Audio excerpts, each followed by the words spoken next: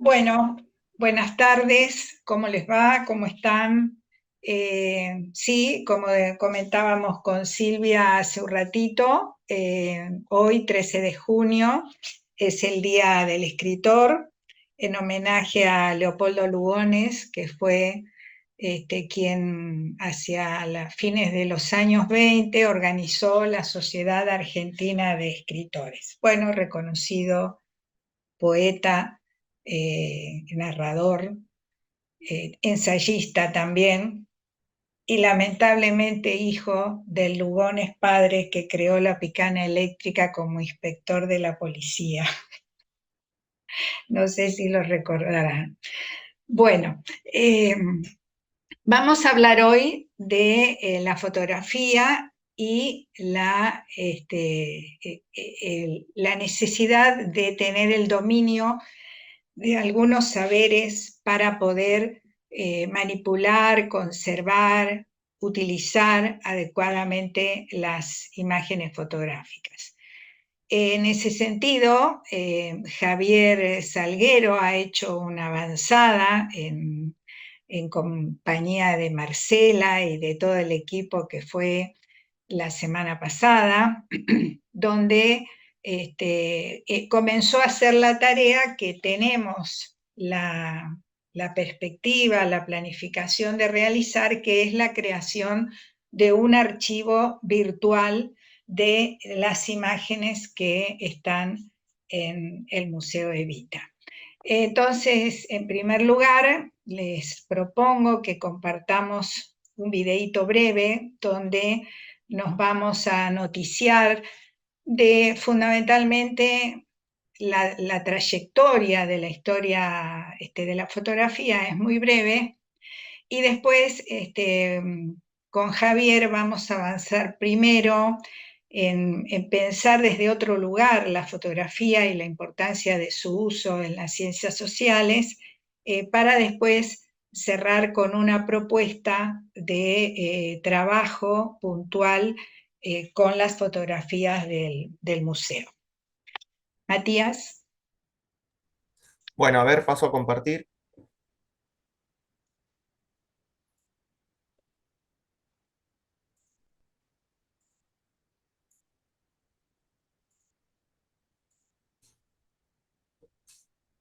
¿Se ve mi pantalla?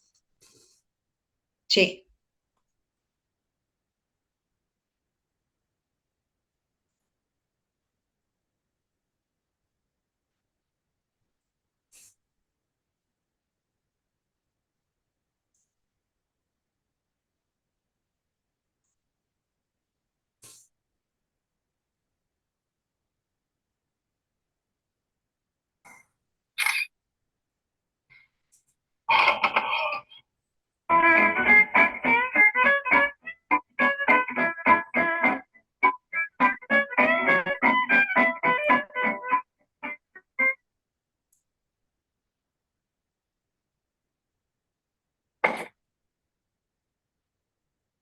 La luz es la que crea las fotografías, pero también la luz se encarga de destruirlas.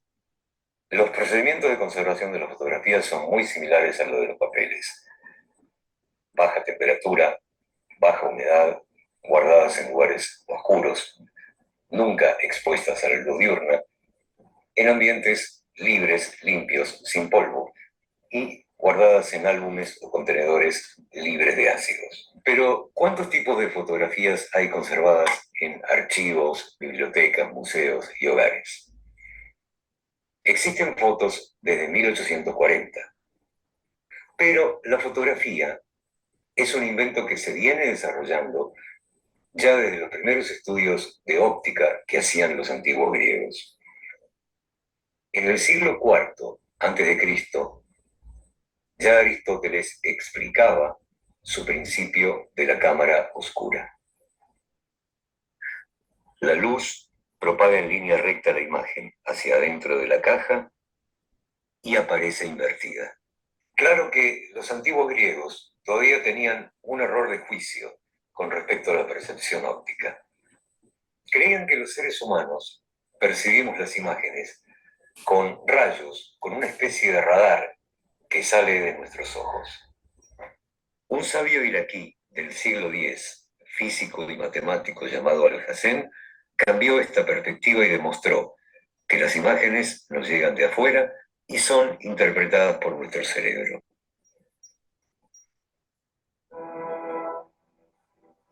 Si un espejo tuviera alma, vería la imagen que se refleja en él. Durante el Renacimiento, pintores como Canaletto o Leonardo da Vinci usaron la cámara oscura para perfeccionar sus trabajos. Lo que todavía no se había logrado hasta ese momento era fijar la imagen en un soporte y que quedara impresa. En 1825, el infatigable inventor francés Nicéphore Niepce logró, después de muchos ensayos, fijar y conservar una imagen sobre una placa metálica untada con betún de Judea o asfalto y luego fijada con hiposulfito de sodio. Podría decirse que esta fue la primera fotografía de la historia. En 1826, Niepce coloca una placa de estaño recubierta de betún de Judea en una cámara oscura, la pone frente a su ventana y luego, de una exposición de 8 horas, obtiene la imagen de un edificio y un árbol. En 1828 utiliza una placa de plata y vapores de yodo, consiguiendo mejores resultados. En 1829, Niepce se asocia con un pintor y decorador teatral, Louis Daguerre, quien estaba también entusiasmado con la búsqueda de imágenes impresas por la luz.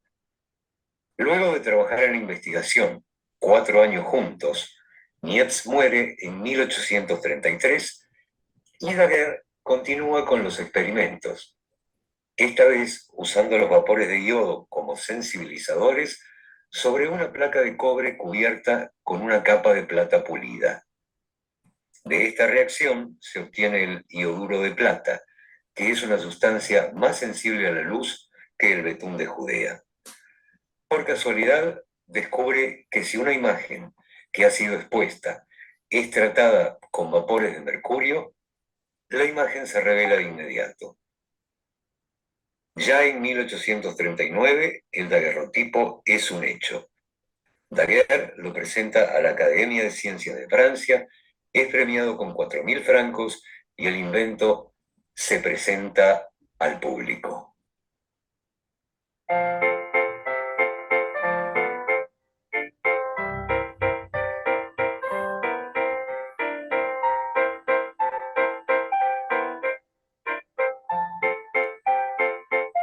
Los daguerrotipos fueron la revolución de la imagen desde 1840 hasta 1860. Eran imágenes nítidas, monocromáticas y muchas veces de un realismo impresionante.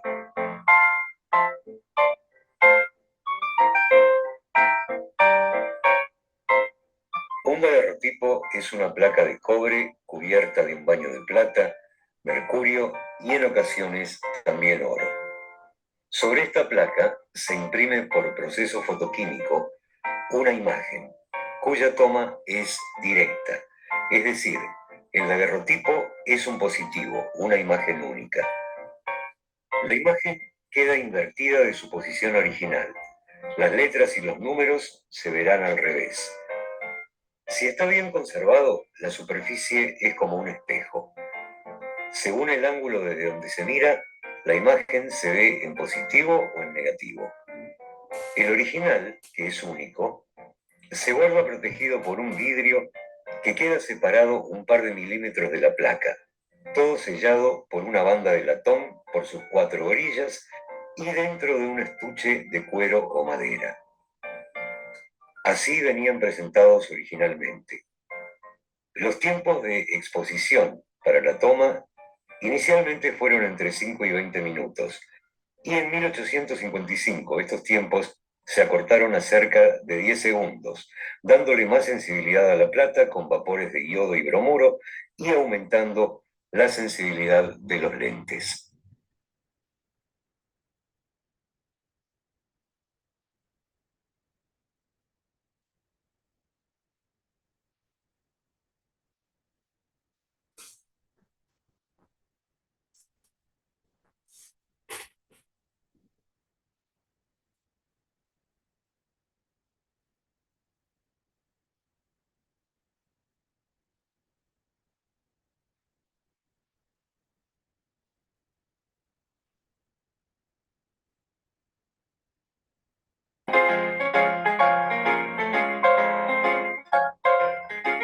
Los ambrotipos se hacían sobre placas de vidrio y tuvieron corta existencia.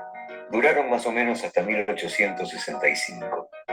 La imagen es un negativo de baja exposición, al cual se le agrega un fondo negro para verlo en positivo. Se hacían sobre placas de vidrio, formando una emulsión de colodión húmedo, solución de algodón y ácido nítrico y sulfúrico, disueltos en éter, y sensibilizada con plata.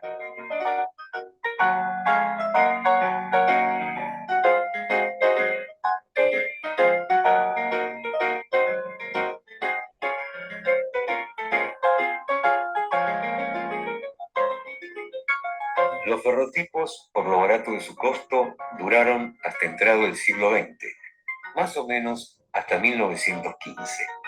Fue una variación del proceso de colodión húmedo, usando como soporte de la imagen una placa de hojalata laqueada en negro por ambas caras. Sus imágenes son planas, de tonos grisáceos y con no mucho contraste. Algunas veces se barnizaban para aumentar el grado de protección y darles brillo.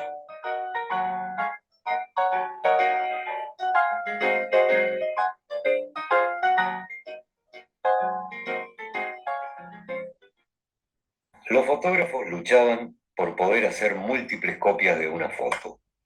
El único intento hasta entonces fue el calotipo, inventado por William Henry Fox Talbot en 1840, que permitía hacer positivos por contacto sobre papel. Pero la calidad era pobre, pues el papel usado era el corriente de escribir. Las irregularidades del grano de papel se transmitían a la imagen. No consiguió desplazar al daguerrotipo justamente por la calidad de su imagen.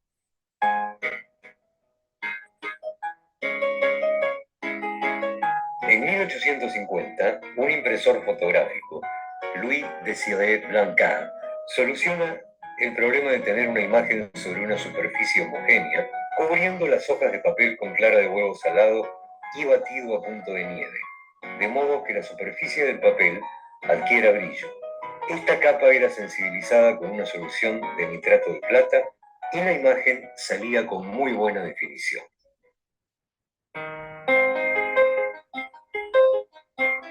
Las albúminas se usaron hasta fin del siglo XIX, pero el papel albuminado se siguió fabricando por muchos años más. El papel revelado se montaba sobre cartón y la imagen final, ahora sí, aparecía en la posición correcta, no ya invertida, y con muy buena nitidez de imagen.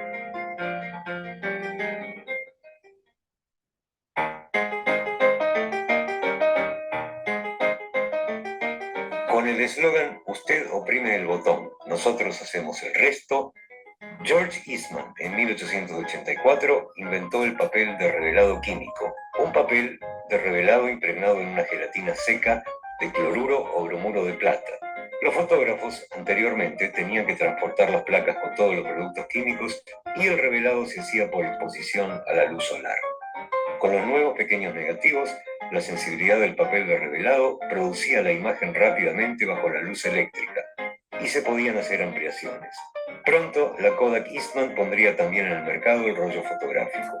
Estas son las fotos en blanco y negro que hemos conocido siempre.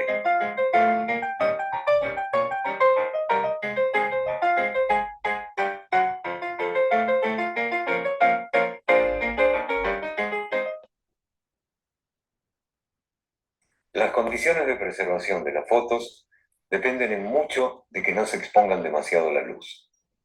La luz crea las imágenes, pero también las destruye. Las fotos nunca deben tocarse sino por los bordes y en lo posible con guantes de algodón. Nunca hay que ponerles clips o sujetadores metálicos. Deben guardarse en ambientes limpios. Si se ponen las fotos en álbumes, estos deben estar libres de ácidos, en lo posible que sean siempre de poliéster y nunca de PVC.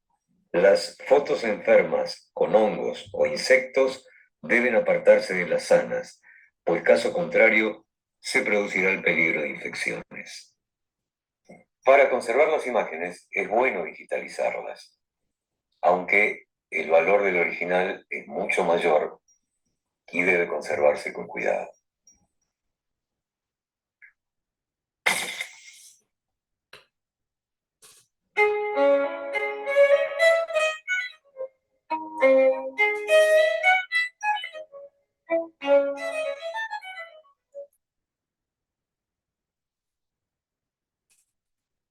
Bueno, muchísimas gracias, Matías, por ser el vehículo transmisor de el documental. Pantalla, puedo, ¿no?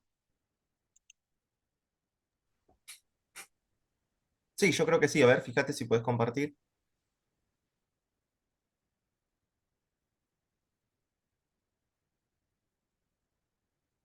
¿Se ve ahí?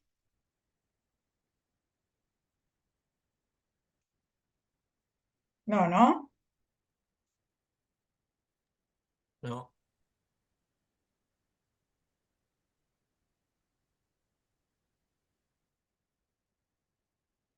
¿Por qué no puedo?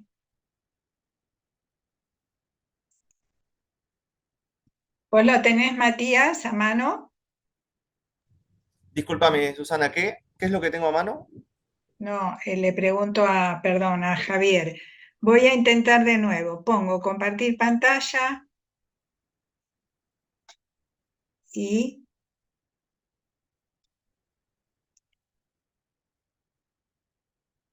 ahí. Sí, ahora sí. Oh, pues bueno, me alegro, me alegro mucho.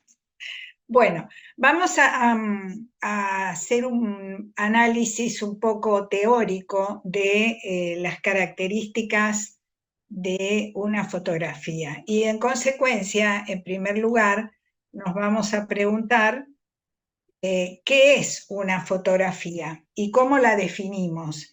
Y para eso no podemos limitarnos a pensar la fotografía como un documento que nos ofrece determinadas características, sino que tenemos que hacerle preguntas para poder ampliar la base de relaciones que se logra con la imagen. Y para esto tenemos que echar mano de distintos marcos teóricos que tienen que ver fundamentalmente con los estudios visuales. Y en los estudios visuales está la semiología y también, por supuesto, las ciencias sociales como la sociología, la antropología y también la psicología y la historia. Ahí yo les propongo distintas definiciones y esta imagen, que es una obra de Magritte, esto no es una pipa, y preguntémonos por qué no es una pipa. Seguramente eh, habrá alguna intencionalidad manifiesta que hace que después, con el tiempo, Foucault, que tuvo una relación con Magritte, escribiera sobre esta cuestión. Y tiene que ver justamente con la semiología, con la cuestión de los signos. Los signos se supone que están en función de otra cosa, y ahí tenemos las huellas, los índices, los símbolos. Sin ir más lejos de la historia, todo el planteo que hace Ginsburg sobre el paradigma indiciario tiene que ver con esto. Y Barthes plantea que la fotografía es un signo sin código, justamente porque no hay una traducción en el medio, sino que es justamente la copia fiel de eso que ha estado ahí. Él habla en su libro La cámara lúcida de una fotografía de su madre adolescente y dice, esto ha sido, ¿no? No hay dudas que hay una observación de la realidad. Y vemos entonces también el planteo que hace, por ejemplo, Bourdieu, donde escribe un libro hacia los años 60, auspiciado justamente por Kodak, que se llama Un arte medio, donde ubica a la fotografía como la práctica social más democrática que ha podido trascender todos los parámetros, ¿no? Y para sintetizar, terminando con la historia, Le Goff concretamente habla de que la fotografía es un documento y también un monumento. ¿Por qué un monumento? Porque es una construcción, otra vez es una construcción de la sociedad con alguna simbología determinada. La fotografía por sí sola no puede ser un vehículo de investigación liso y llano, porque debemos hacer las relaciones que se tejen en torno a las imágenes. Estas dos fotografías que les puse allí tienen que ver con la marcha del Encuentro de Mujeres que se hizo en Mar del Plata en el año 2005, y podríamos decir el motivo que llevó a la iglesia a posteriormente hacer el enrejado que tenemos actualmente por las tensiones que se generaban en estos encuentros frente a la catedral. Y entonces ahí nosotros tenemos una imagen en color, una imagen en blanco y negro, con el posicionamiento o el foco del fotógrafo de un lado y del otro del escenario. ¿Esto a dónde nos lleva? Justamente nos lleva a pensar que hay un proceso en la que se hace una selección que tiene que ver, podríamos tomar a Luhmann y el sistema social, que habla de la construcción de sentido de la sociedad a través de la comunicación, y entonces tenemos las distintas acciones que realiza el fotógrafo cuando oprime el botón, el obturador para sacar una imagen. Y entonces tenemos primero a través de las sensaciones, de la sensibilidad, justamente de la vista, el enfocar. En segundo lugar, a través del pensamiento, la conceptualización. Y en tercer lugar, a través de la comunicación, la expresión. Por eso también la teoría de la comunicación es fundamental a la hora de trabajar con las imágenes, y máximes si lo hacemos desde una perspectiva ligada a las ciencias sociales. En sus orígenes, como bien lo vimos en el documental de recién, vamos a ver que la fotografía surge en el ámbito científico, pero toma todos los elementos característicos de las formas de representación del sistema escenográfico renacentista. Y allí, como la función del pintor era justamente retratar a la creciente burguesía en el siglo XIX, pero con anterioridad sabemos la obra de los distintos pintores. Estoy pensando la coronación de Napoleón de Ingres, por ejemplo, donde el pintor de la corte retrataba los escenarios históricos más importantes. Y vamos a ver cómo rápidamente en el campo artístico el fotógrafo trata de parecerse al pintor, y el pintor trata de parecerse al fotógrafo. Vemos ahí en el mismo momento histórico cómo se van modificando los parámetros, y va a ser la causa de la transformación del paradigma artístico. Planteo que nos hace Walter Benjamin en su obra la obra de arte en la época de la reproductibilidad técnica, que justamente plantea estos aspectos que van a ser de transformación sustancial. No tenemos más que pensar en las distintas vanguardias que se van a suceder a partir del impresionismo en primera instancia, como es la obra de Monet, y después más adelante. Esta obra de la izquierda justamente es una obra de un fotógrafo que trata de captar las incidencias de los fenómenos atmosféricos en el paisaje. Y por supuesto que la influencia en el campo científico va a ser fundamental, porque van a utilizar la fotografía para realizar los relevamientos topográficos más rigurosos. Vamos a tener posibilidades de acceder a distintos fenómenos, objetos, situaciones y paisajes de distintas partes del mundo. Entonces nos vamos a encontrar, por ejemplo, con que en 1910 podemos conocer la Patagonia y la vida de los Selkman, pero también podemos conocer el paisaje urbano, por ejemplo, de Tokio. Y si vamos a la historia argentina, nos encontramos con esta fotografía que está en el Archivo General de la Nación, donde no hay mayores datos sobre la imagen, pero si ustedes observan detenidamente, reconocemos a una sola mujer en medio de varios hombres, en su mayoría eclesiásticos, que es el recibimiento que hace María Unzué de Alvear como presidenta de la Sociedad de Beneficencia de la capital en su mansión al presidente de la Nación, presidente en ese momento, Hipólito Yrigoyen, y toda la cúpula eclesiástica. Sin embargo, no es un documento al que haya un acceso, un reconocimiento desde la historia. Esto nos muestra indudablemente el poder de esta mujer que además era marquesa pontificia. O sea que, por un lado, reconocemos el carácter ontológico, digamos, de la imagen. Vuelvo otra vez con esta idea de Barthes, ¿no? Esto ha sido. Pero después cómo esto queda sepultada en distintas capas y pierde vigencia, pierde consistencia, justamente porque no hay un análisis, no hay una revisión posterior.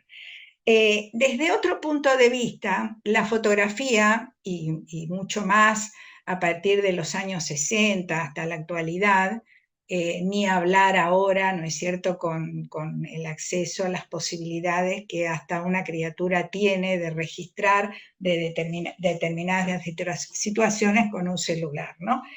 Pero la utilización que van a hacer las revistas de las fotografías va a ser fundamental para esta cuestión ligada con la comunicación, ¿no? Es decir, la necesaria revisión del contexto de producción de las imágenes y por supuesto que el de la circulación en los distintos tiempos históricos, en los distintos espacios y en los distintos tiempos históricos.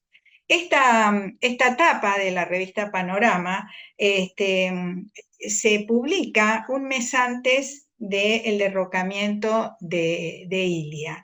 Y vemos en primer plano tres figuras que están portando esos carteles que dicen Basta Ilia, que si uno lo mira con detenimiento, vemos que tiene la misma letra, vemos que hay una mujer, un hombre joven, un hombre poderoso.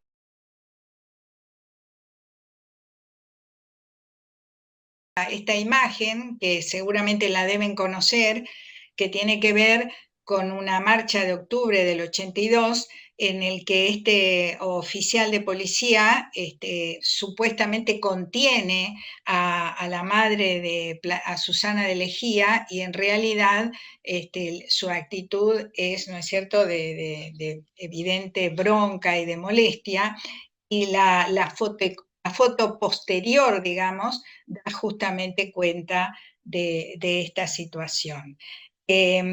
Y quería dedicarme especialmente a Eva Perón a través de las fotos de esta fotógrafa alemana importantísima que comenzó sus estudios de sociología en la Escuela de Frankfurt, con los profesores de la Escuela de Frankfurt, con posterioridad tendrán este título, y ella escapa, muy jovencita, escapa a Francia, y termina sus estudios en París y escribe lo que fue la primera tesis de sociología como temática la fotografía.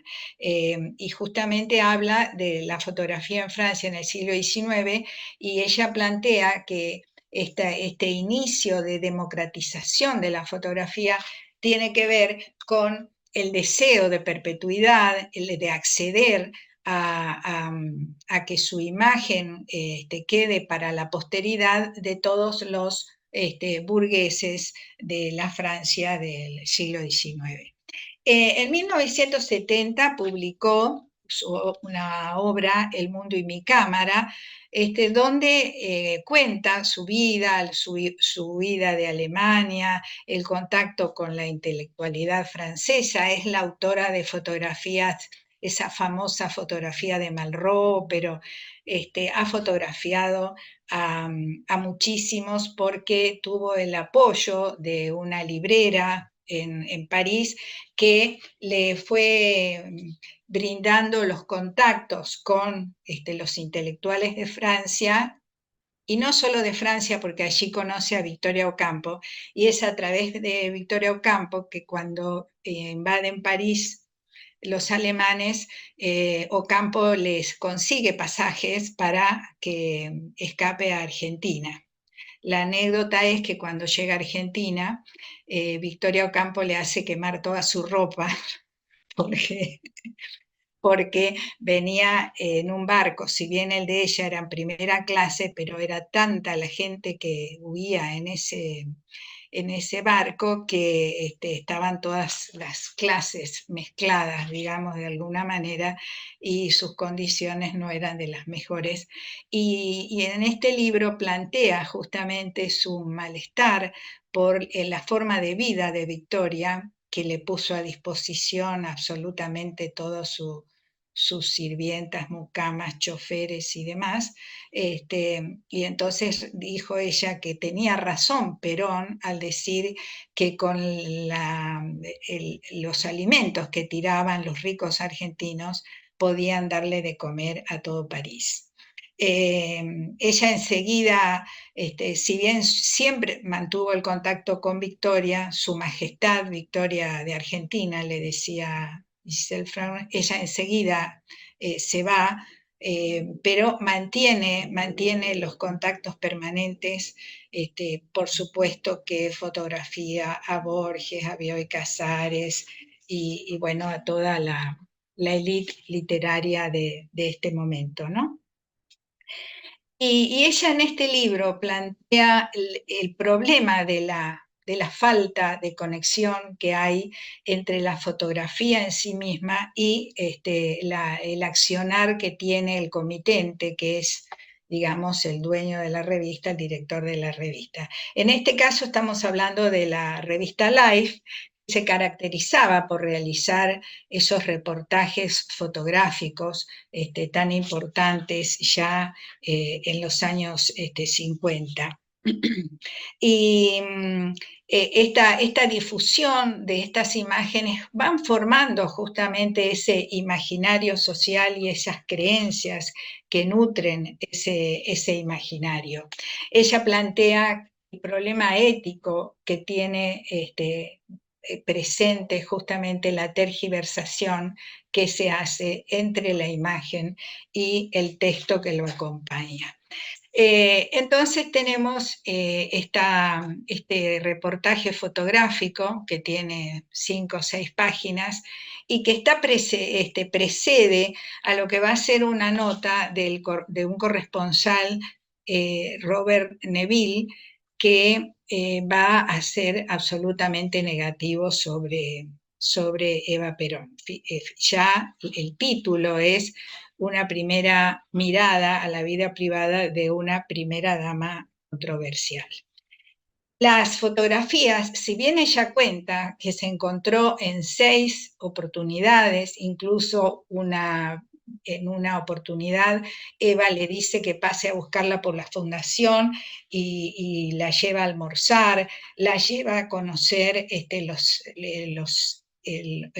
hogar de tránsito, y después va en 2 oportunidades a la mansión presidencial, al Palacio Unzué, y en la primera le muestra las joyas, le muestra los sombreros, digamos, la intimidad de su vestuario, y después va cuando una noche antes de la gala del 25 de mayo, también está Perón y, bueno, y los caniches, ¿no?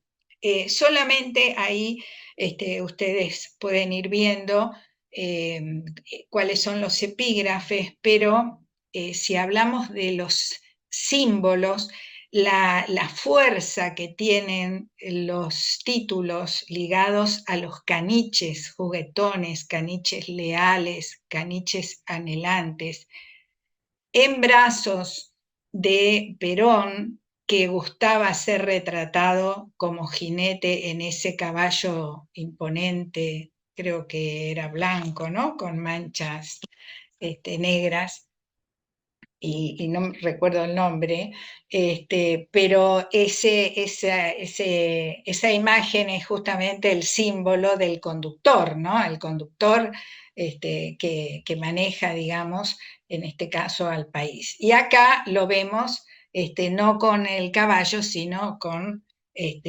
los caniches, ¿no?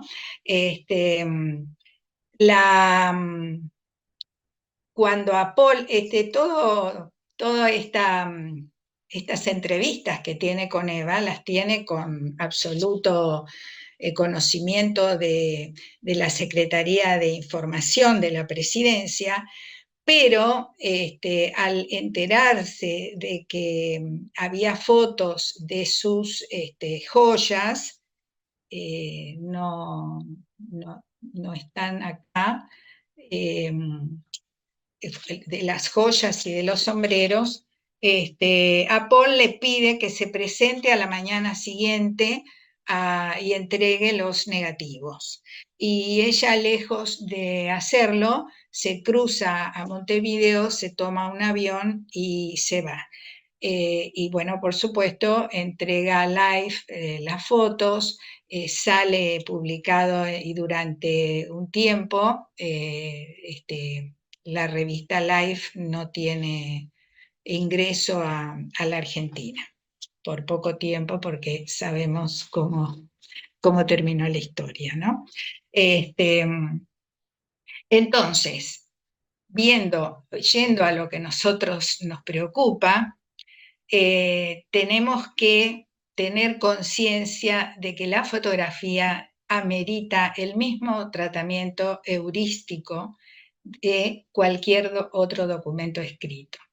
¿Con qué problemas nos enfrentamos? Bueno, esto justamente, falta de una cultura visual, falta de personal especializado y falta de políticas de conservación de las fotografías en los archivos. Por eso es importante tomar los recaudos metodológicos correspondientes a partir de estos saberes específicos, porque es importantísimo que entendamos que la fotografía puede ser utilizada como una fuente primaria de la misma manera que usamos un acta de una reunión de un poder ejecutivo, ¿no? Es decir, todo puede ser analizado, desmenuzado, si tenemos las herramientas metodológicas como para trabajar con rigurosidad frente a ellas, ¿no? Eso no podemos quedarnos con esa idea de que las imágenes hablan por sí mismas, sino que tenemos que tener en cuenta esta ambigüedad intrínseca, ¿no? Porque van a cobrar sentido siempre y cuando podamos reconstruir el contexto de producción. Muchas veces es trascendente la posibilidad de contar con un narrador. Estoy pensando, por ejemplo, en las fotografías de familia, o en el caso de las imágenes que ahora les va a mostrar Javier, donde ahí estaba Cintia para dar algunos tonos de color a comentarios importantes para ser incluidos, ¿no? Bien, ¿seguimos, Javier? Bueno, si querés seguir compartiendo el PowerPoint, así ya no tengo que... Bueno, acá había agregado justamente lo que plantea Boris Kosoy de los 3 aspectos que hay que tener en cuenta para la realización de la foto: la temática o el asunto, el fotógrafo, y ahí hablamos cuando hablamos de fotógrafo está implicado también el contexto de producción, y el nivel tecnológico, importantísimo para saber con qué tipo de imagen nos manejamos. Yo les había puesto acá porque esta experiencia, digamos, de armar archivos digitales, la realicé en dos oportunidades. En la Escuela de Artes Visuales Martín Malarro, donde estas eran fotos sueltas que venían trayendo los alumnos y armamos un archivo con ellas y allí entonces hablamos de serie, hablamos de subserie, porque por ejemplo estaban los eventos, estaban las colaciones de grado, las usinas de arte, es decir, cada evento con una subserie, digamos, ¿no? Los epígrafes egresados como maestros visuales, la tercera promoción, y los nombres de todos los que están allí. Y otro dato importante que podríamos agregar, Javier, es quién dona a partir de esa leyenda que pusimos en la página del museo, invitando a la gente que haga donaciones. Ahí podríamos también ponerlo de la donación. Y otra cosa que estamos por hacer en el museo es fotografías de libros, por ejemplo. Entonces, es una serie que es un libro que publica la Sociedad de Beneficencia de la Capital en 1936, a 100 años de la creación de la Sociedad de Beneficencia. Y entonces el número es 272 porque es la foto número 272 de ese libro. ¿eh? Y ahí también serie, Sociedad de Beneficencia, y dentro de la serie ubicamos la subserie que tiene que ver con la sede de la sociedad, porque el libro habla de todas las instituciones que tiene la sociedad de beneficencia. Y en este caso tenemos la suerte de saber quién fue el autor, a quien la sociedad le encomendó ir a cada uno de estos lugares y sacar las imágenes. Ahora sí, entonces, Javier. Bueno, muchas gracias. La verdad que una exposición hermosa, muy exhaustiva. Y lo mío es más que nada el aspecto técnico y hablar un poquito de la descripción de la ficha de catalogación fotográfica. No sé si querés, ahí está. Eh, que bueno, en realidad un poco es algunos ítems que vamos a detallar o ítems. Es un poco, para los que trabajamos en ciencias sociales, bastante obvio, pero no está de más nunca hacer una comprobación con los escáneres o las impresiones que nosotros sacamos el martes, sobre todo con algunas particularidades que se presentaron eh, de las fotos que tomamos, ¿no? De las fotografías que tomamos en el lugar. Eh, bueno, los soportes pueden ser diferentes, se refiere al tipo de material. Eso en la ficha que convenimos y que está en el drive del grupo, es importante que quede registrado, porque no solamente puede ser papel fotográfico en el caso de las fotos, que es la mayoría de lo que nos tocó hasta ahora, pero también puede haber negativos, diapositivas, y yo agregué el soporte digital. ¿Y por qué agregué el soporte digital? Porque nosotros lo que estamos haciendo al escanear y tomar una fotografía digital, digamos, en distintos formatos, esos distintos formatos tienen distintos tipos de compresión de imagen. No son totalmente fidedignos o de igual resolución o compresión de la imagen. No es lo mismo una JPG, un tipo de archivo JPG, que usamos con el software del escáner, que un formato PGN, un formato TIFF o un PDF que se puede usar como imagen o PDF con la opción de búsqueda de texto. Todos tienen diferentes resoluciones, entonces no es lo mismo escanear en un formato y el otro. El martes, cuando estuvimos con Marcela, yo le digo, bueno, pero ¿cuál usamos, no? Y como que fui rotando o variando para ver qué resultados presentaba cada uno.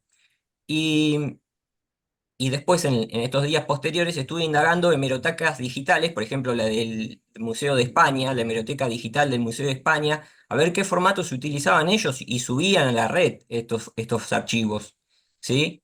Porque el formato de que se escanea digitalmente el documento, sea fotografía o un libro, es muy importante para la resolución y los detalles y los matices de los colores, principalmente si nosotros lo vamos a exhibir en la página web.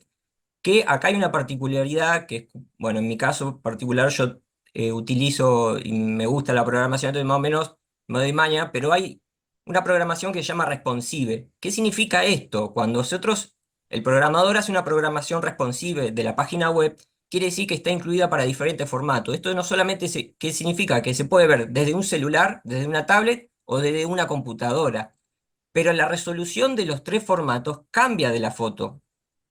Y eso lo hace el programador cuando hace la página web. Entonces yo he visto que en otros lugares internacionales se pone la resolución de los píxeles de la imagen digital cuando se sube a la página web, para saber de qué formato original se partió digital, de la foto que tomó el escáner. Porque cuando lo encontrase, por ejemplo, en una imagen en un celular, la resolución a vos te parece igual, pero es mucho menor, es comprimido. No es la misma imagen que tomó el escáner y que va a estar almacenado en la base de datos nuestra. Si podés volver una página para atrás. Y después otra particularidad que, por ejemplo, uno para adelante, que encontré con el soporte, es que no solamente hay que escanear las fotos o las páginas, sino también las portadas y las contraportadas y la solapa interior de la portada. Y acá el software presenta una particularidad. Cuando se encuentra con superficies rugosas o que tienen relieves, como es el libro histórico del centro, no me lo pases, por favor, del centro turístico Chapalmalá de temporada 66-67, el software como que se vuelve un poco loco y automáticamente pierde el eje. No puede tomar la foto entera. Hay que hacerle manualmente hay que tomarle la impresión.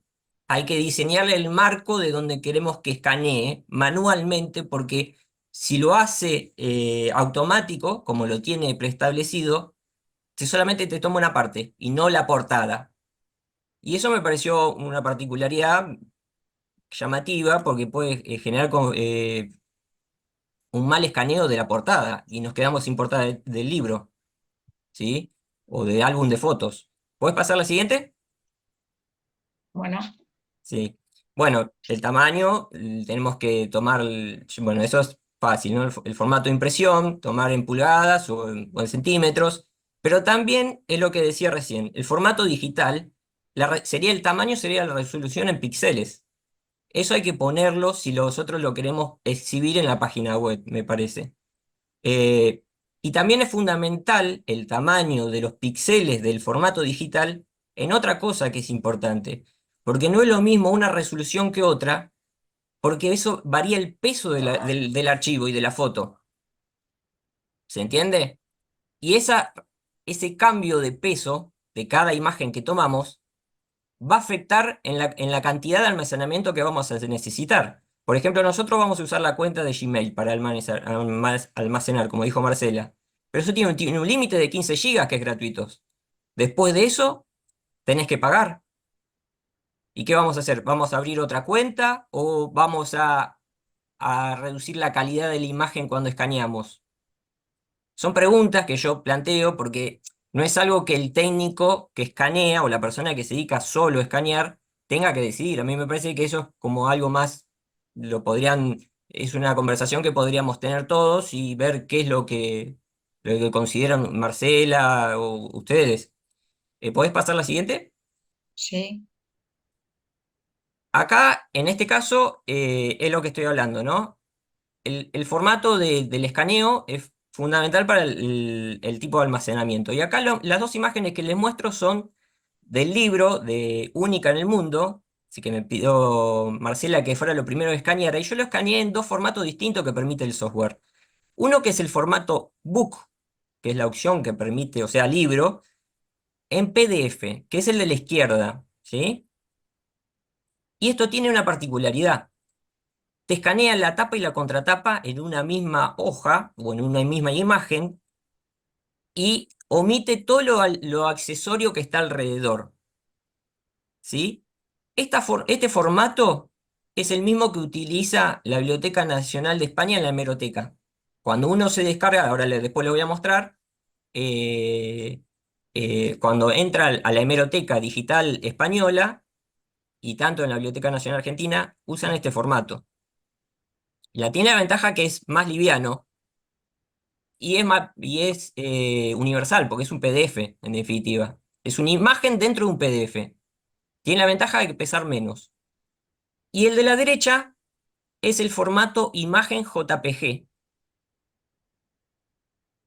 Y el formato JPG quizás tiene mayor resolución, pero te incluye todo lo accesorio, o sea, el paño, el fondo, bueno, en este caso sale el dedo, y que eso suma mucho peso a la imagen y no aporta nada sustancial para lo que a nosotros nos interesa, que es el libro o la fotografía, ¿no?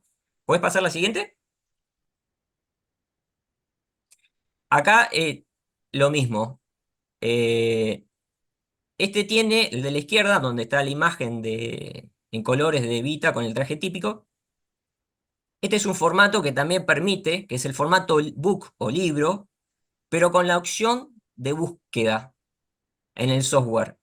Y esto, Marcela me decía, bueno, está bien que vengan a la institución los investigadores que quieran indagar o buscar, y está bien, pero también le puede servir, yo pensaba, a las personas del museo para tener una base de datos, ¿sí? Propia, que a ellos mismos les permita buscar contenido, por ejemplo, cuando tienen que hacer una curaduría de un tema determinado, ¿sí? Entonces pueden a partir de eso buscar en el texto o en los formatos que estén disponibles, ¿sí?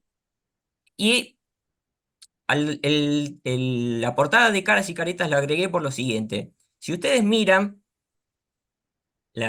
esto lo tomé del Museo de la Hemeroteca Nacional de España, se puede descargar libremente, pero tiene una particularidad. Además de que está en el formato ebook, como el escaneo, tiene la particularidad de que ellos lo escanean hoja por hoja a los libros. No doble hoja como hicimos nosotros, sino hoja individual. ¿Sí? Salvo que sea una publicidad que incluya doble página. Y tiene otra particularidad. Si miran abajo de la foto de Caras y Caretas, tiene una gota de agua que dice Museo Nacional de España. Y esto, cuando veníamos después de hacer el escaneo, eh, me pareció importante porque agregarle una gota de agua, o quizás no en todo el texto, pero sí abajo o en algún lugarcito del escaneo, pueda servir para identificar que el grupo que trabaja en esto es el que se encargó. O sea que no, el día de mañana, cuando esté subida a la página web, no se la saquen, se la roben, digamos, entre comillas, la imagen, y simplemente, y que quede registrado que el grupo de investigación o el museo o la imagen pertenece al museo. ¿Sí? En cambio, por ejemplo, el que dice el gladiador, que está sacada del archivo de la Nación Argentina, ellos no le ponen gota de agua. Directamente suben el PDF y no hacen nada. Son modelos distintos. A mí me parece que también habría que plantearse si le agregamos una gota de agua o no. Eso no, como a ustedes les parezca. Pero me parece que es algo para pensar, que en realidad no afecta en nada al documento, pero sí permite visibilizar el grupo de investigación que participó y realizó la tarea, y el instituto. ¿La siguiente puede ser? Bueno, y el estado de conservación que tenemos que poner en la ficha es excelente, bueno, regular, malo, y bueno, y esto es importante para decidir las acciones de preservación y restauración de los elementos que estamos escaneando, ¿no? En general, todo lo que hasta ahora vi está entre excelente y bueno.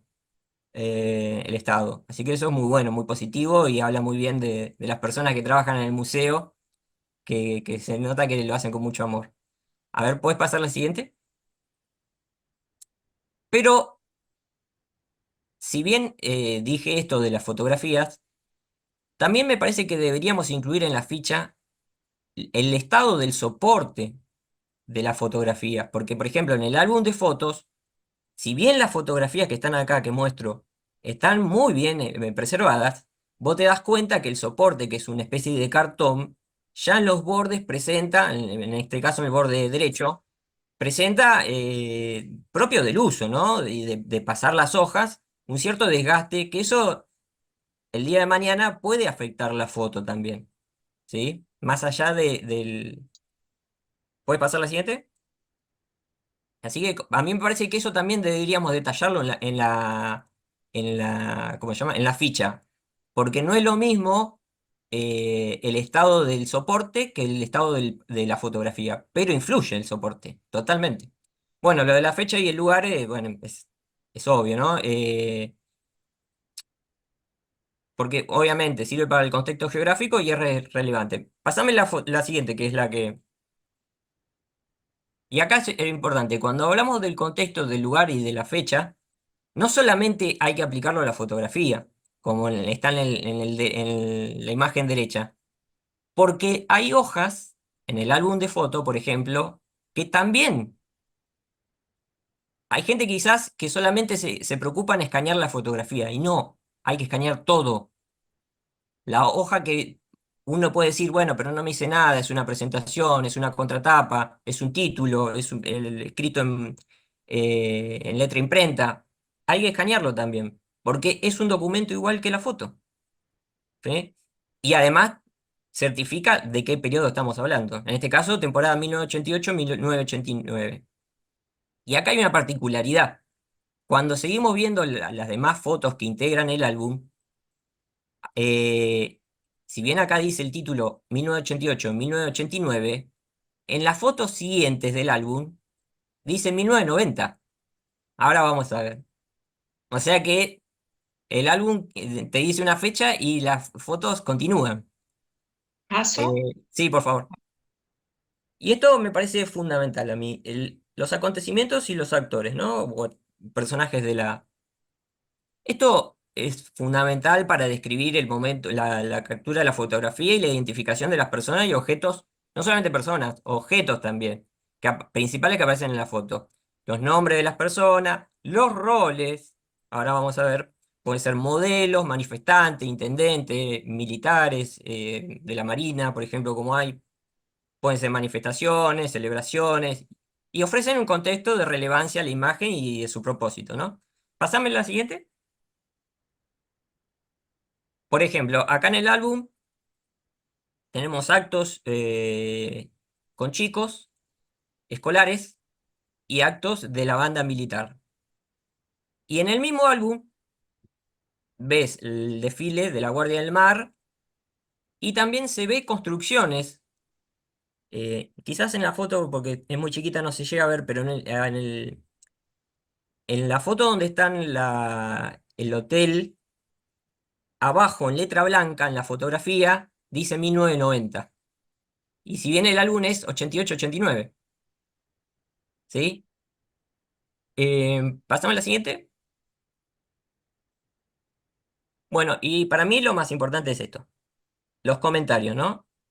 Eh, Porque esto le da un contexto que puede cambiar totalmente lo que nosotros sabemos de la fotografía o del libro.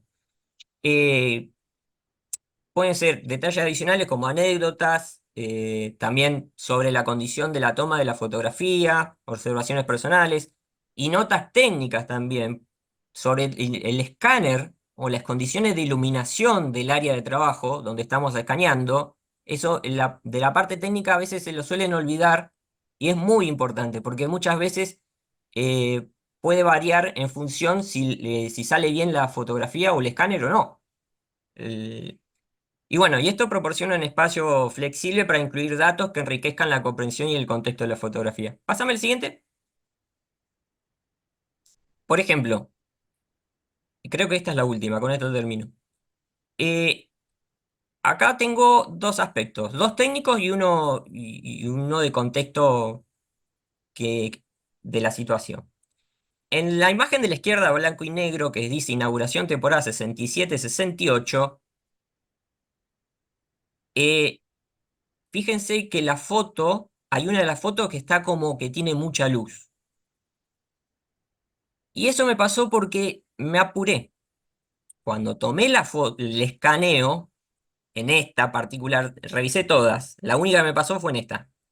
Pero en el apuro, por terminar la tarea del escáner, del escaneo, una me quedó con brillo, con la luz. Y esto es un problema porque estaría bueno que para futuras estadías con el escáner en la sede, que pongamos un horario establecido con antelación de a qué hora cortamos. Por ejemplo, si decimos trabajamos de ahora hasta las 12 o hasta tal hora, entonces saber que la persona que escanea 10 minutos antes tiene que cortar. No importa si terminó todo el de escanear todo el libro o todo el álbum de fotografías y no se apure, porque si se apura hace mal el trabajo y tenés que hacerlo doblemente. Por suerte solamente me pasó en esta fotografía. Las otras salieron bien, pero me parece que este error mío, personal, sirve como ejemplo para futuras experiencias, ¿no? Para cualquiera que esté escaneando. Y en la imagen de la derecha, realmente yo no conocía a las personas que intervienen en la foto, que son... Y me había comentado una de las compañeras que trabaja en el...